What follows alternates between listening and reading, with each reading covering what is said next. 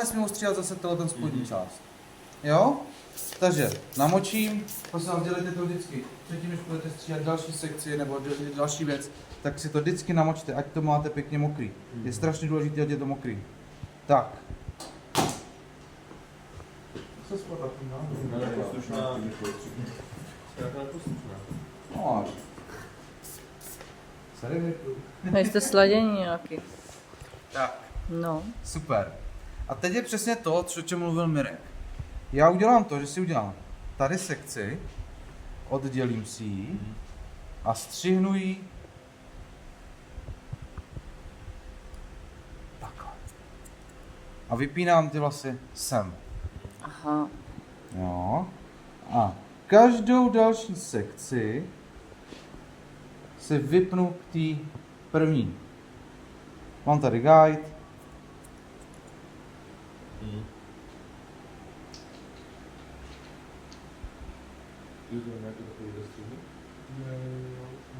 Tak.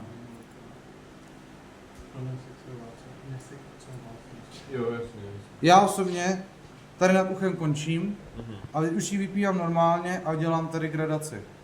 Protože si to vemete, tak já už jsem si to tady střihnul a tady už ty další už by mi stejně nedošáhly, abych je nějak zkracoval. Mě ještě jenom o tuhle část, protože stejně v této části budu dělat ten taper. Jo, mám tady udělanou gradaci takhle. Jo, když se na to potom podíváte takhle. Jo, takže vlastně tady je to nejkratší, ale je to postupně do delšího. Jen díky tomu, že jsem to vlastně napojoval všechno sem. Tak, a teď už tu další sekci. Ano? Já nechápu tady ten krok, proč ho udělal, když tam budeš dělat ten taper. Kvůli tomu, abych si ulehčil práci. Ale já nechápu, čím si ji ulehčíš. Tím, že už tam mám vytvořenou gradaci, když tam do toho budu jezdit s trojkem a s trojkem vytváříš taky gradaci, kdy vlastně stříháš nejkratší část a delší část, jo, aby se tvořila gradaci, tak vlastně... Na to, aby to bylo přesnější? No, spíš, aby se mi to ulehčilo, protože pak bych to mohl mít těžký v této oblasti, měl bych tam dlouhý vlasy, musel bych si tam víc stříhat s trojkem, teď tam budu muset míň zajet s trojkem, když se tak řeknu. Takže to je Už pro to tebe bude- vhodná příprava, když máš Ano. další vlasy a Ano. krok, pod který víš, že budeš dělat. A budeš dělat jenom taper, ne Jo, fade. jo, budu dělat tady prostě taper v této oblasti, že jo, Takže Mirku? toto celý mu Že jo, Mirku? vytaperuješ, jo. Mirku, že jo? Ty chceš ten taper, ne? Spíš. Že Mirek mi poslal fotku a tam Borec měl udělaný fade tady takhle. Já to nechci. A to Mirek nechce. Takže ty si takhle připravuješ. Ano, jo, vlasy na já se fade. tady, a to už vidíte jsem sami, potřeba vědět. vidíte sami, že vlastně už je tady ten tvar.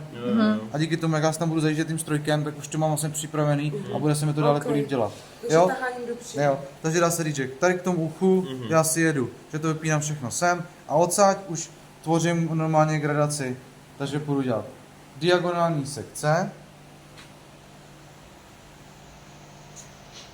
chytnu a nabírám. A teď to můžu střihnout podle té sekce, co byla předtím.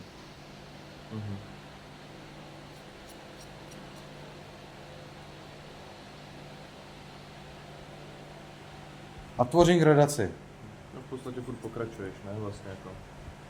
Tak, teď už se tady dostávám tady k té části, kdy už mi začíná ten mulet. Ale ještě tam furt máš střídat. Jo. Jo. Tak, jak v této oblasti. Jelikož já nechci, abych tady tohleto ubral, tak udělám to, že tu dlaň jako vytlačím takhle, vykloním ji víc jakoby k uchu a střihnu to takhle. A se řezávačem bys to teda už nedělal, jo? Tohle musíš Můžeš to dělat s řezávačem, ale zase bych si musel dát seřezávač, Jo. seřezat tyto, takže si to střihnu takhle k směrem uchu. Takže tím pádem já tady vytvořím tohle. Jo, a tak a už další sekci pojedu přesně tak, jak to předchozí zase. Takže zase se chytnu, vypínám ty vlasy, kolmo k sobě, přizvednu, kontroluji guide, stříhám. Stříhám. A zase, už se dostávám do té části, zase si to zkontroluji, co jsem měl předtím. A zase. A zase si to vypnu. Takhle kolmo k sobě. Zkontroluji guide a stříhám. A jelikož já jsem si, dá se říct, tuhle část už celou ostříhal,